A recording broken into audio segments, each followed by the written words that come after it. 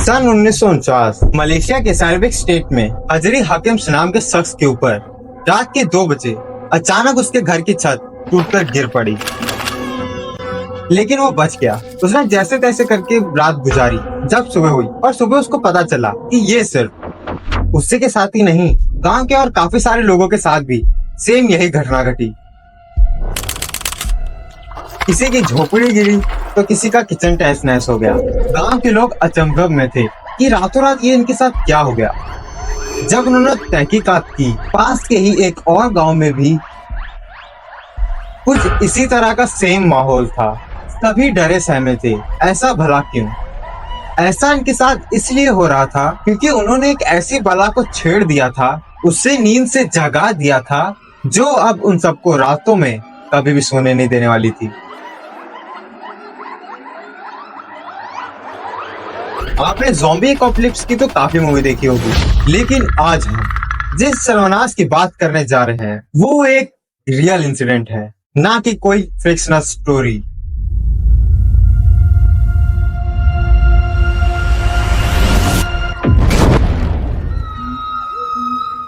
आज तक मैंने जितनी भी वीडियो डाली, ये वीडियो थोड़ी सी अलग है, कुछ खास है, क्योंकि अगर अभी बता दी तो सारा सस्पेंस खत्म हो जाएगा।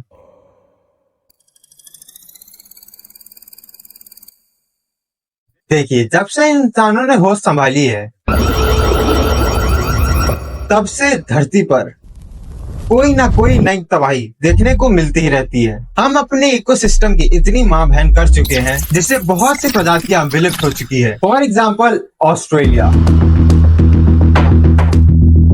शुरू से ही ऑस्ट्रेलिया कॉन्टिनेंट अलग थलग रहा है। वहाँ पर जीव जंतु लाखों सालों से अपनी जिंदगी मजे से काट रहे थे, जब तक कि इन फिरंगियों ने अपना झंडा नहीं गाड़ा था। इन्होंने वहाँ फार्मिंग शुरू की और अपनी भेड़ों को बचाने के लिए दुनिया की सबसे लंबी फेंस यानी 5600 किलोमीटर की दीवार वहाँ की धरती पर गाड़ दी, ताकि वो अपने भेड़ों को वहाँ के नेटिव कुत्तों से बचा सके। लेकिन इस वजह से वहाँ का इकोसिस्टम पूरी तरीके से बर्बाद हो गया। वहाँ से कुछ प्रजातियां विलुप्त तो हुई, पर कुछ का फायदा भी हुआ, जैसे कि कैंगरू और ईमू, जो एफेंस होने की वजह से खुद का शिकार होने से भी बच गए। ब्रिटिश लोगों ने वहाँ का इकोसिस्टम पूरा तहस नहस कर दिया। हजारों स्पीसीज विलुप्त हो गई और जो बची कुछ स्पीसीज बची थी उसको यूरोपियन लॉ ने गोलियों से भूनने लग गए। वहाँ के जीव जंतु खून के आंसू रो रहे, क्योंकि इंसानों को अपने भेड़ों को जो बचाना था। वो कहते हैं ना, जब धरती पर अत्याचार बढ़ जाता है तो ऊपर वाला किसी न किसी को जरूर भेजता है। जी हाँ, यहाँ भी कुछ ऐसा ही हुआ। अब इन फिरंगियों को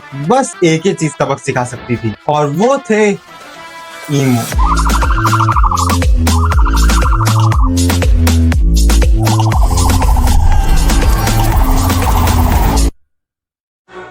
उन्होंने वहाँ फिरंगियों का जीना हराम कर दिया। वो उनकी फसलें खा जाते और उनकी फसलों को पैरों से रौंद देते, और यही नहीं, वो इंसानों से भी 1v1 फाइट करते और उन्हें जख्मी कर देते, जिससे तंग आकर ब्रिटिश आर्मी मैदान में कूद पड़ी और मशीन गन से ईमूस पर ताबड़तोड़ अटैक करना शुरू कर दिया।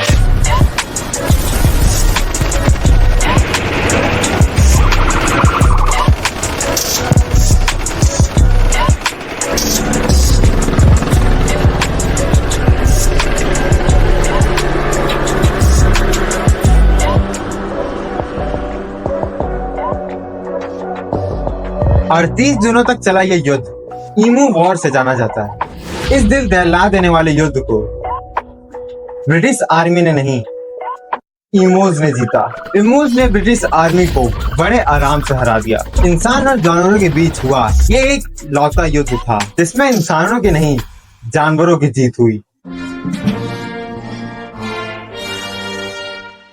प्रकृति से खिलवाड़ करोगे तो प्रकृति जवाब देना जानती है। खैर, मैं ये सब क्यों बता रहा हूँ? आराम से बैठो, आज आपके रोंगटे खड़े हो जाएंगे। लेट 1950s मलेशिया के सैरावाक रीजन में लोग मलेरिया की वजह से काफी तेजी से मरने लगे। जब ये खबर WHO तक पहुंची, तब WHO ने प्लेन की मदद से कुछ दवाइयाँ उस आइलैंड पर फेंकी, और उस दवा का नाम था DDT।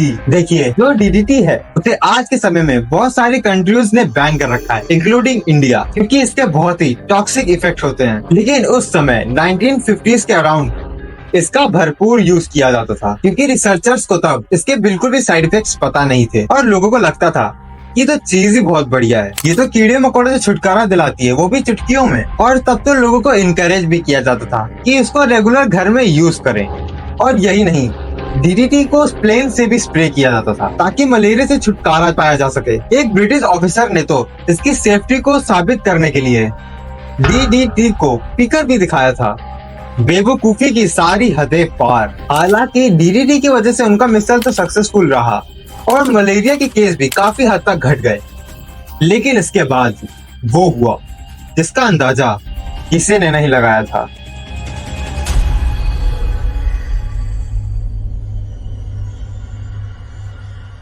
विलेजर्स की छतें अचानक से गिरनी शुरू हो गई। डीडीटी छिड़काव करने से भला छतों का क्या रिएक्शन? देखिए, डीडीटी की जो स्प्रे यूज करी जा रही उससे ना कि मच्छर मरे बल्कि पैरासिटिक बॉब्स यानी ततैया, जिन्हें हम पीली मक्खी भी कहते, उनका भी मर्डर होना शुरू हो गया। और उससे कैटरपिलर, और इससे कैटरपिलर की पॉपुलेशन हद से ज्यादा आउट ऑफ कंट्रोल हो गई और इन कैटरपिलर्स ने गांव के गांव उजाड़ दिए, यानी गांव की छतों को चबाना शुरू कर दिया जो कि घास फूस और लकड़ियों से बने होते थे। ये सिलसिला यही नहीं थमा। इन पॉइजनस इंसेक्ट्स को कई छिपकलियों ने भी खाया। उन छोटी छिपकलियों को जब बिल्लियों ने खाना शुरू किया तो उस डीडीटी की वजह से वो सारी कैट्स विलुप्त होने लगी। जब बिल्लियों का वहां से सफाया हुआ तो एंट्री हुई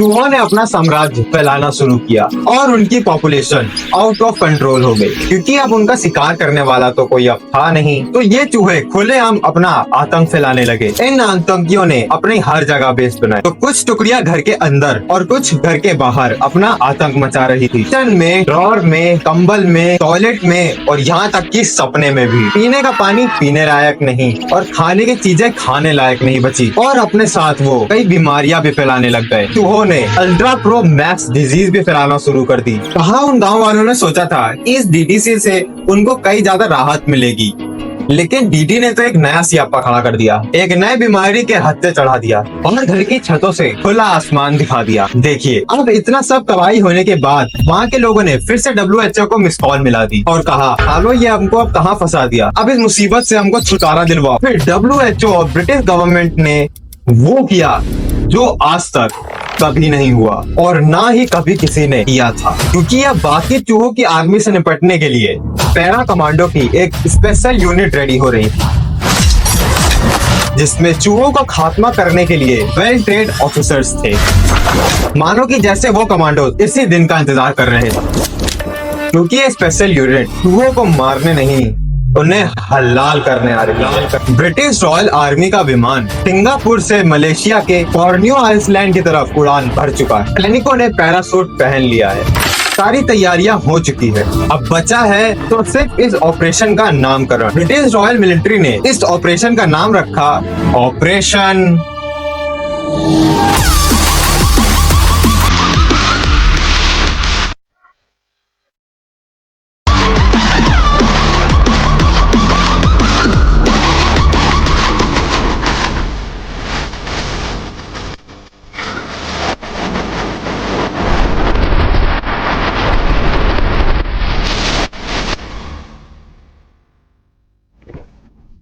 ऑपरेशन कैट ड्रॉप स्टार्ट हुआ। 14,000 कैट्स को पैरासूट से सैरावेक आइसलैंड पर एयर ड्रॉप किया गया और वहां पर पहले से ही तैनात सोल्जर्स ने उन कैट्स को उनके मिशन पर भेज दिया और बहुत ही ज्यादा उन कैट्स आर्मी ने उन चूहों को खदेड़ना शुरू कर दिया। चूहे के सरदार ने इमरजेंसी लागू कर दी। पूरा एरिया रेड अलर्ट पर था। म्याऊ म्याऊ के सायरन से चूहों की आत्मा कांप उठी थी।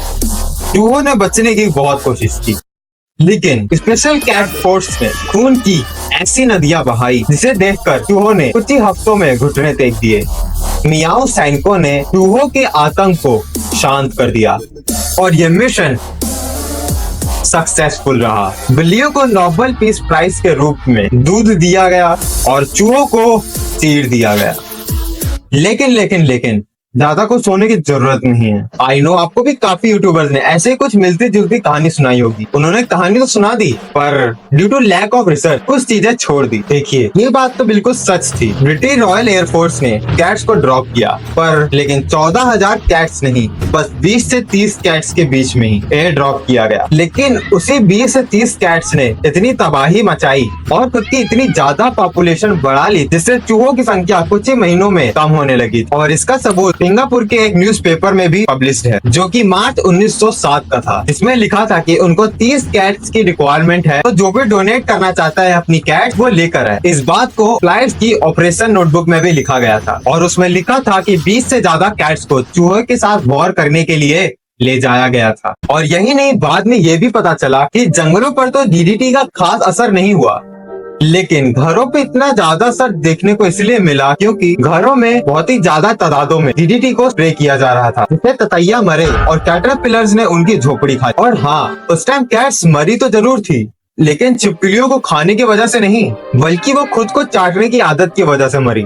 जब बिल्लियां डीडीटी के संपर्क में आ जाती थी तब बिल्लियों ने खुद को चाटा और वो डीडीटी उनके स्टमक के अंदर चला गया और फिर वो बिल्लियां मर गई। लेकिन कैट्स को एयर ड्रॉप क्यों किया गया? देखिए, ब्रिटिश एयरफोर्स को कैट को ड्रॉप करने का आइडिया इसलिए आया था क्योंकि वो पहले भी ऐसा कांड एक कर चुके। सन 1954 में 2 कैट्स को सिंगापुर में एयर ड्रॉप करके देखा और वो भी पैराशूट से, क्योंकि उन्हें उस कैट्स को मलेशिया के उन जंगलों में भेजना था जहाँ पर सोल्जर्स कंप्लेन कर रहे थे कि उनकी फूड सप्लाई को चूहे बर्बाद कर रहे थे, और उन्होंने ऐसा किया भी। मॉरल ऑफ द स्टोरी कि हम नेचर के साथ खिलवाड़ कर रहे हैं। और आप स्क्रीन पर जो तस्वीरें देख रहे हो, आने वाले समय में ये स्पीसीज धरती से गायब होने वाली है या कुछ हो चुकी है। लेकिन नेचर के पास इंसान का इलाज है, लेकिन इंसानों के लालच का नहीं। We are killing our planet and there is no planet B. Over and out.